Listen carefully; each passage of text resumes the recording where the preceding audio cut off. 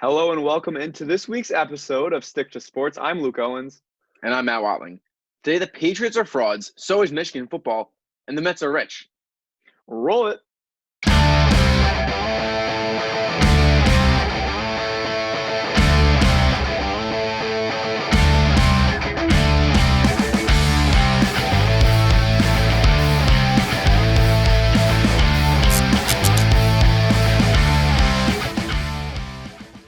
The San Francisco 49ers fell to 4-4 on the season after a 37-27 loss to the Seahawks. But to add insult to injury, both Jimmy G and George Kittle are headed to the IR. Garoppolo re-injured his high ankle sprain, while Kittle suffered broken bones in his foot.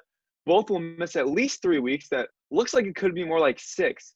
Matt, is this season a complete wash for the defending NFC champs? I was going to say it might have been a wash to begin with. I mean, what was it, week 2 when Nick Bosa tears his ACL out the rest of the season? You're missing Dee Ford, Solomon Thomas. This is a team built on their defense, and you're missing 3 really key defensive players. I don't want to say it's a good thing because I think it's an awful thing that you're losing these guys. Kittle, broken foot. I read as many as 8 weeks he might be out for. And that's the guy that you really miss. You can kind of make do without Garoppolo. He hasn't had a great season, but George Kittle's a guy you're really, really missing. Yeah, he is, especially when, like you said, the Niners build their team on running the football, playing defense. Well, in the running back room, they're not doing so well either. Jeff Wilson Jr. hurt, Raheem Mostert hurt as well. I think they can get by with Nick Mullins, but if they have no running identity and they can't run the ball and defenses know that Mullins going to have to throw the ball and you don't have Kittle there even to be on the receiving end, I mean, the injuries are really piling up. I didn't love this team before, but now sitting at 4-4 with all these guys out, I mean, they're just not in a really good spot right now. And who knows, maybe they get a high enough draft pick that they can try to move up, get a better quarterback than a guy like Jimmy G, maybe one of the guys out of the FCS or something like that. I think North Dakota is the big name that was an option at the quarterback. And we'll take a look over to the AFC now, and with a last-minute chance to beat or at least tie the Buffalo Bills, Cam Newton fumbled the ball at the 14-yard line. Luke, New England now sits at 2-5 and have really struggled offensively. Can Cam help them turn it around? I mean, he has to. I mean, who else really is there? I don't know if they go to Stidham or not. They don't really owe Cam Newton much because, it's a one-year contract. It's not like they paid him a ton, but he's got really no one to throw to on that offense right now. I mean, they have to win these games running the ball behind that good offensive line, and they have to play better defense. I mean, it's tough. Gilmore's injured. All the guys that opt out due to COVID. It's not looking good for the Patriots right now. I don't know if they win more than 6 games, and I don't know if Cam Newton is the quarterback that can carry this offense right now with no receivers. And, Bill Belichick said on WEEI on Monday, he said, quote, "We sold out and won 3 Super Bowls in the last 5 years. This year we had less to work with. It's not an excuse. It's just a fact." I kind of wonder, do you buy that, or is it just some coach talk? Well, I do buy it because I think what he's saying is that, we have so much salary this year dedicated to guys that aren't playing that we still have to pay because of the opt-outs, which obviously isn't a knock against them. They wanted to stay safe, wanted to keep their family safe, but it does definitely take some money away from the Patriots' ability to spend. And I also wonder what it's like because they haven't drafted a Pro Bowler in quite some time. You skipped Metcalf over N'Keal Harry. You've only drafted once in the top 10 since 2004. There's not a lot of good players on this team. Maybe the GM and management could have done a better job scouting guys. But also, when you're this good for this long, you're bound to fall off eventually. And staying in the AFC East, the team that's surprisingly been better than the New England Patriots, Tua Tagovailoa had made his NFL debut on Sunday, but he went 12 of 22 for 93 yards and a touchdown. Despite a 25 QBR, that's 25.0, the Dolphins beat the Rams 28-17 behind a defensive and a special teams touchdown. Matt, is it too early to worry about the rookie? Yeah, I think so. I think you look at him as a work in progress. You're continuing to bring him along, and he didn't make too many mistakes. 10 incompletions isn't great, but no interceptions. He played fine. Can this team win if he throws up another 93-yard performance? Absolutely not. Your defense isn't going to give you 14 points. On the flip side of it, this is a team pushing for the playoffs, and it's kind of surprising now the way they played. I'd be curious to see if they go back to Fitzpatrick later in the season. It seems like they're not, which feels like a knock on some of the veterans saying, hey, look, we're not looking to be a playoff team this year. They're looking into the future, which, again, veterans might not respond well to that. It's crazy, though, Matt. They don't have a ton of veterans. One guy on the roster over the age of 30, that's Ryan Fitzpatrick. So it's kind of interesting. Maybe he's the most important veteran because he was your quarterback and he was playing pretty well. But, I'm not too worried about Tua. But, again, it's about development. And I think they do maybe lose a couple games that maybe they'd win if Ryan Fitzpatrick was there. But obviously better for the future and the development of Tua. I think he's going to be special. All right, now looking at the Big Ten, number 13 Michigan was shocked by the winless Spartans, 27-24. Luke, was this more of a Michigan State is not losing to Rutgers bad, or is this Michigan's team still unable to win the big game? I think it's a knock on Michigan and Jim Harbaugh. I like the quarterback in Joe Milton, the freshman in his first year, and he had a decent game, 359 total yards, doesn't turn the ball over, but I mean, you've seen the issues on defense. Their secondary gets absolutely torched, and it just seems like time and time again they can't beat, the Michigan States, the Ohio States. Even if Michigan State, I don't think they're as bad as they were in that Rutgers loss, but also I think Rutgers maybe a touch better than people thought. But I mean, it just seems like time and time again, Jim Harbaugh seems to come up short. It's like with the Falcons, it's a funny and it's a meme, but at the end of the day, it's like, is it just true at this point? Man, if I'm the Jets, I'm shouting from the rooftops, bring me Jim Harbaugh. It's not – it's sad, it's unfortunate, but, bring him to the Jets. So he'll kind of get a fresh start. Michigan still has been able to win a big game, and who knows long. There's got to be at least a different option. Maybe not a better option, but maybe a different voice can get him there. Yeah, I agree with that. And I wonder, it's tough because Harbaugh is making a lot of money, and he still has a couple years left on his contract. So if they sever it, they're going to have to pay him, and I do think maybe he gets some time in the NFL again. But we're going to take a quick break here on Stick to Sports. Up next, we take a deep dive on the Mets after the completion of their sale to Steve Cohen.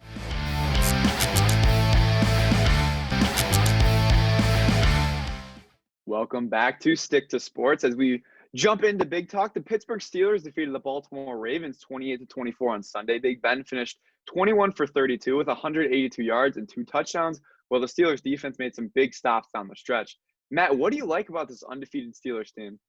I just really like their efficiency offensively. Your top 10 in red zone scoring, 5th in points per game. Well, in terms of yards per game, you're not more than 16th in either passing or rushing individually. I really like the way that they play that way. And then they're winning the turnover battle, a +5 on the season, which isn't really high for a team that's, 7-0. But at the end of the day, this is a team that defense is good enough, and I think they have a lot of offensive weapons. I mean, Claypool's been absolutely unbelievable. Yeah, I love their offensive weapons, and Claypool and Juju and Deontay Johnson when he's healthy. Eric Ebron's been fantastic at the tight end position. Big Ben loves his tight ends, and the defense is great. I mean, Watt getting to the quarterback, Bud Dupree in the linebacking core also getting pressure, Minkah Fitzpatrick. So they found their identity. I think that's the biggest thing. Do I really trust Big Ben long term? I'm not sure yet, but they've kind of found their identity, at least in terms of short passes, running the ball, and playing good defense. And I think that's my biggest concern is Big Ben. You wonder, can he make these big plays? And in the game against the Ravens, he was making those plays. I thought he did look good enough. He wasn't super mobile, but he's never been super mobile. He was able to make a couple nice plays, pick up a couple big yards, whether it be a third down or second down type conversion. And that's what you expect out of Big Ben. You're not expecting him to throw 40-plus yards down the field. If he can give you maybe not dink and dunk, but the occasional chance of a 20-yard play, sometimes that's all you need if you're a quarterback. You looked at Eli Manning, that playoff run. His big plays were slants to Odell Beckham Jr., and that's what picked up 20-plus yards most of the time. Right, and on the other side of that game were the Baltimore Ravens, who still can't seem to beat good teams. Their last 2 losses came to the Chiefs and the Steelers, and Lamar Jackson has struggled. The Ravens have the 31st passing offense in the NFL. Jackson finished Sunday 13 for 28 with 200 yards, 2 touchdowns, but 2 interceptions, one of which was a pick 6 on that first drive. Matt, is Lamar Jackson, the defending MVP, holding this team back? I hate the narrative that he can't throw, but maybe it's teams learning to defend him more than anything else. I mean, there's only 5 quarterbacks in the NFL that have fewer passing yards per game than Lamar Jackson. That's Cam Newton, Baker Mayfield, Drew Lock, Jimmy G, and Sam Darnold. That's a serious problem. I mean, these are quarterbacks that might not be in the league in the next 3 years. All 5 of them could be gone. And I wouldn't be surprised if it at all. And for him to just not be able to perform this way is shocking. And also, Luke, I think we talked about it before the show. I hated their play calling last week, them being the Ravens, especially late. Yeah, they didn't trust Lamar Jackson to throw the ball. And my biggest issue for him is, and Lamar Jackson, he hasn't had to throw the ball much. They run the ball extremely well. And I hate that narrative too. But one thing that does concern me is the drop in completion percentage, 66% last year, down to 60% this year. Also, only 6 interceptions last year, but 4 on the year so far. So you expect he's going to have more than 6. And when you hear a guy like Hollywood Brown kind of complaining, I think that could be an issue for the Ravens moving forward. Maybe, setting the play calling more than Lamar Jackson himself. But, I want to see him make those big throws, and we haven't seen that so far. But again, we look at the AFC right now. The Steelers currently in first place and undefeated, but it's hard to put them above the defending champion Kansas City Chiefs when it comes to who's most likely to represent the AFC in the Super Bowl. So Matt, is this still the Chiefs conference to lose, or do you think the Steelers are kind of in that mix as well? I definitely think it is. I look at the Chiefs, and I mean, Mahomes threw 5 touchdowns against the Jets like it was no one's business. I mean, it was like he was just making lunch, making a sandwich, throwing a touchdown. It was like the same thing. And their defense is not great. It's not awful, but we still haven't really seen Mahomes dial it up to that nth degree, that next gear that really only he has right now. Yeah, and I wonder, I look at the AFC right now, and it's like if we see a Steelers-Chiefs matchup, it'd be really interesting because the Steelers do have a great defense, but it seems like Mahomes just is better than every defense right now, and I don't know if I trust Big Ben to go back and forth right now with Patrick Mahomes. So I still think it's the Chiefs kind of to lose, but a really interesting picture out there in the AFC, because I think under the Chiefs it gets a little bit closer. Right, and now moving to baseball, last Friday, the MLB owners passed Steve Cohen's ownership bid for the New York Mets, and eventually New York City Mayor Bill de Blasio ended up approving Cohen, meaning the Mets now officially pretty much have their new owner in Luke after almost 12 months of sale talks. The Wilpons finally sold the Mets. Yeah, and I think this is great for the Mets organization, for their fan base as well. I mean, Steve Cohen comes in, he's got the most money of any MLB owner right now, which is absolutely huge. He brings kind of that excitement back to the fan base that has kind of become just really a loser franchise. There's kind of a loser feeling with them. They're lovable losers, but they have been kind of losers lately. And I think this brings a lot of excitement to the city, and I'm really excited to see what he does, within the front office and also with his players. And I don't know if this is a hot take or something, but I feel bad for the Wilpons because they wanted to be the best owners they could be. They love the Mets just as much as Steve Cohen does. They just didn't have the funds to act like a big market team. And I don't know if that's a knock on them for being stingy or, financially responsible, but they just weren't putting the money into it. And looking forward, this is a really exciting team because you've got some really good pieces that the Wilpons under their ownership were able to bring in between Alonso, Conforto, DeGrom and Syndergaard. These are some really key players that have been stars in the Mets history. They haven't had a lot of stars. No, they haven't. That's why it's so exciting right now. They have a young team and now maybe some money to spend as well. And now before we go to a free agency loop, we got to look at, Steve Cohen himself. And he's been reaching out to some fans in a new, unique way. According to reports of Mets beat reporters, the @SteveACohen2 Twitter handle is actually his. And he's been interacting with fans and asking them what he would want, or what they would want him to do, which is pretty awesome to see. Yeah, it is. And I hope this is really him. It seems like it is. A lot of reports have come out there. And it's really interesting. We haven't really seen many owners on Twitter. I mean, a lot of them older, a lot of them probably don't want to hear what the fans have to say. Like, I can't imagine Hal Steinbrenner would want to log onto Twitter after the Yankees lost to the Rays in Game 5. But a fun new approach, and I like his approach of he wants to put the fans first. He wants to put, the employees first. It's about the whole Mets family, not just kind of the guys on the field. And he approved a bunch of money going back to some of the unionized and hourly workers, which was awesome to see. And, I believe these reports that it's him, but I can't fully believe it because what 64-year-old man has ever said nah like he did on Twitter? Like, my dad's pretty cool. Your dad is pretty cool too, but I don't think they've ever said nah. No, definitely not. And I wonder if maybe he's got someone running his Twitter. I don't know. It's like, yeah, the way he replied to some fans felt like kind of weird. Maybe someone trying to take advantage of the name, but I hope it's him because that'd be pretty interesting to see an owner on Twitter. We haven't seen that before. There we have it. And now currently, Luke, the Mets have a total payroll of $81.6 million total. As a team that could reach, $250 million in salary, how should they spend this money this offseason now as a big market team with a lot of money? It's interesting because, on one hand, you want to, Mets fans probably want to see Cohen go in and drop $250, $300 million, but it just doesn't make sense right now. I mean, the times we're in, and also you want to build from the organization. You want to have good guys in the front office. You want to make sure you have the foundation before you go out and make those bids. But one guy I really have my eye on is JT Realmuto. I think he's a good get for the Mets, who haven't been able to find that catcher. They kind of tried it out with Wilson Ramos. Didn't really work. They traded away Travis d'Arnaud, who's become a star with the Braves. I think Realmuto's a good piece. And maybe you do go out and sign a one-year lucrative deal with Trevor Bauer. You kind of hand him out some money. I think that's kind of the two moves that I could see the Mets making. And then there's some great additional pieces out there as well. Yeah, I think you want to get at least 2 bullpen arms if you want to be a World Series contender. Personally, I'd love one more bat, especially in the infield if Cano kind of peters out this year being an older player.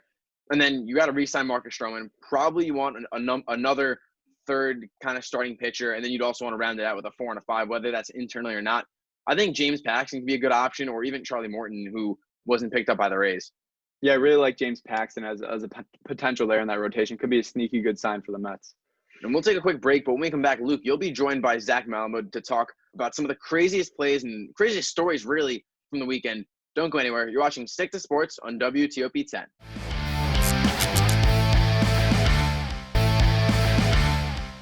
Welcome back to Stick to Sports. Joining me now is Zach Malamud, one of our producers.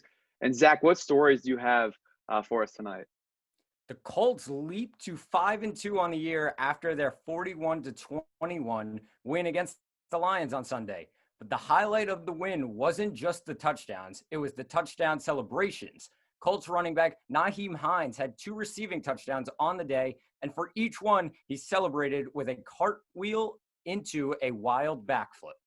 You know, I love to see this out of guys in the celebration, but also I get a little bit worried. I'm like, you don't want him to get injured doing that. It is kind of an athletic move, and it's something way more athletic than I could ever do. So, maybe for him, it's just a stroll down the lane. But really, the biggest loser in all this is me, because I didn't start Hines in my flex this week in fantasy. So that's tough to see. But obviously, a great game and some great celebrations from Hines.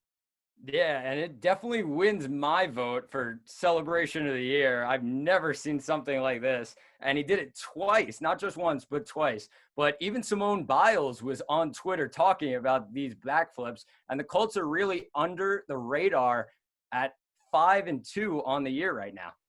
Yeah, I mean, if Simone Biles compliments you on a backflip, I mean, that's the person you want to be complimented by. So, I mean, good for Hines. And like you said, Colts playing some good football right now. And over to college football, and the Rutgers Scarlet Knights performed one of the wildest plays ever on Saturday, but it didn't even count. Rutgers, on a 4th and 32 play, had 8 different laterals before wide receiver Bo Melton darted 65 yards to the end zone. After a booth review, though, the play was called back due to an illegal forward pass. What a shame they called this back. I mean, this was absolutely an incredible play, and shout out the Rutgers offensive lineman that just kind of heaved it up there about, I think, 5 to 10 seconds into the video backwards. And obviously the forward lateral takes it back. It was iffy, it probably was a forward lateral, but it was, it was close. I would have liked to see it count, but awesome play by Rutgers, who, they lose the game, but they look a little bit better than they have in years past. Yeah, one of the wildest plays ever, and versus a ranked opponent. I have no clue where Indiana's defense was on that play. You got to just tackle some guy, and they definitely did not do that. But the quarterback and, like you said, even the offensive lineman getting in on the laterals, just a crazy overall play by Rutgers. Yeah, it definitely was. And, maybe playing some inspired football now under Greg Schiano as he's entered his first year back with Rutgers. So that's pretty fun. That's pretty fun, I got to say.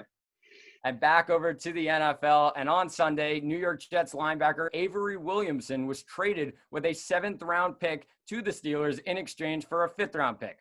Williamson later posted a picture on Instagram in full uniform in the middle of Manhattan. He looks like he was ready to leave weeks ago. Yeah, I mean, that's the perfect situation. You go from a team that hasn't won a game to a team that hasn't lost the game, and that's exciting. Interesting picture. I mean, you'd think he wants to get the Jets uniform off as soon as possible, but, you take the little photo up there as well. And, I mean, just an awesome change of culture going from the Jets to the Steelers. They're really, like you said, going from an 0-8 team to a 7-0 team. Who excited for something like that? And the Jets are struggling, and it seems like everybody wants out there until Adam Gase is gone. But going to Pittsburgh, a great move for Avery Williamson.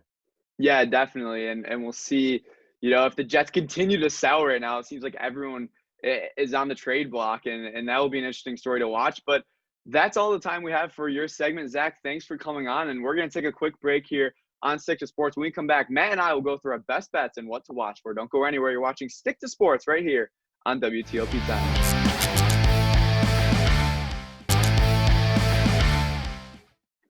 Welcome back to Stick to Sports. Jumping right into what to watch. I've got my eye on a battle in the ACC between the number 1 Clemson Tigers and the number 4 Notre Dame Fighting Irish. The Tigers will be without Trevor Lawrence due to COVID-19 and barely escaped at home with a win over Boston College. On the other side, Notre Dame enters the game 6-0, but has not been tested thus far. So should be a fun battle in South Bend on Saturday night. I'm really excited to see if Notre Dame kind of is able to put themselves into that ACC championship conversation. We think they're going to be there, but can they contend with a team like Clemson? I'm excited to find out. And a win like that could possibly put them in the college football playoff, Luca. So a real critical game. And now we'll move from Saturday to Sunday. And, probably at the start of the season, this wouldn't be on my list of must watches, but the Miami Dolphins are set to travel to Arizona to take on the Cardinals. And I'm really excited for it. Both teams are kind of right in the playoff hunt. But when you look at these two teams, do you think playoff team, at least at the start of the year, you definitely didn't? I still don't necessarily think so, which makes this game so interesting. And I look at Arizona, they look really good. I mean, DeAndre Hopkins has been incredible. Kyler Murray looks to be pretty legit as a quarterback despite being under 6 feet. And the defense has been incredible and just awesome as well. Now, as for Miami, they're not winning this game if Tua throws for under 100 passing yards, but he didn't make any mistakes, which is important. They've got a top 5 defense in terms of scoring, and they really surprised everyone in terms of how they played. They play so hard. Brian Flores has been an excellent head coach for them. And again, maybe it's not a rivalry or doesn't have the same zest as, a Clemson Notre Dame type game, but it's a game that can kind of tell us a lot about both of these teams, which I think is really interesting. Yeah, I think that'll definitely be a fun game. And as we shift over to our best bets, I'll stay in the NFL. And I'm going with an AFC South battle between the 1-6 Texans and the 1-6 Jaguars. Who wouldn't want to watch that? And in an ugly game, I like the Texans to cover the 6.5-point spread. Houston's been playing better football since Bill O'Brien left town, and the Jaguars will be without Gardner Minshew, who's injured. And instead, they're starting Jake Luton, who? A rookie out of Oregon State they drafted this past season in the 5th. I like the Texans here to cover. It might be a tight cover, but I mean, we saw what happened with the Cowboys and their kind of experimental quarterback situation going on over there. So I think Houston wins this one big. And I like Deshaun Watson better than I like this Jake Luton character. And hopefully I don't eat my words next week on the show. Luke, I think you're being a little fraudulent because last week you were embarrassed. Last week I was also embarrassed. I missed out on the Panthers. I think you had the Chargers -2, which was a tough loss for all of us. It should have hit for sure. And full disclosure, on our radio show on Monday, I quit the pick segment, but I've got to bring something special to you guys here on COP, and I think I got a juicy one. Kansas City, an absolute juggernaut offensively. Carolina's defense, bottom third in the NFL. I'm taking the over on that game. And more importantly, I'm banking on the return of Christian McCaffrey, who can really pull the load for the Panthers. The two combined are averaging 54 points per game. And with the way Mahomes played last weekend, I'd see the Chiefs hitting 30, 35 all on their own. So I think the number right now is 52, and that's the number I'd want. Or 52.5. I see them both surpassing that combined. Yeah, I like those picks, and we'll see if those came true next week. But that's all the time we have on this episode of Stick to Sports. Be sure to tune in next week right here on WTOP Time.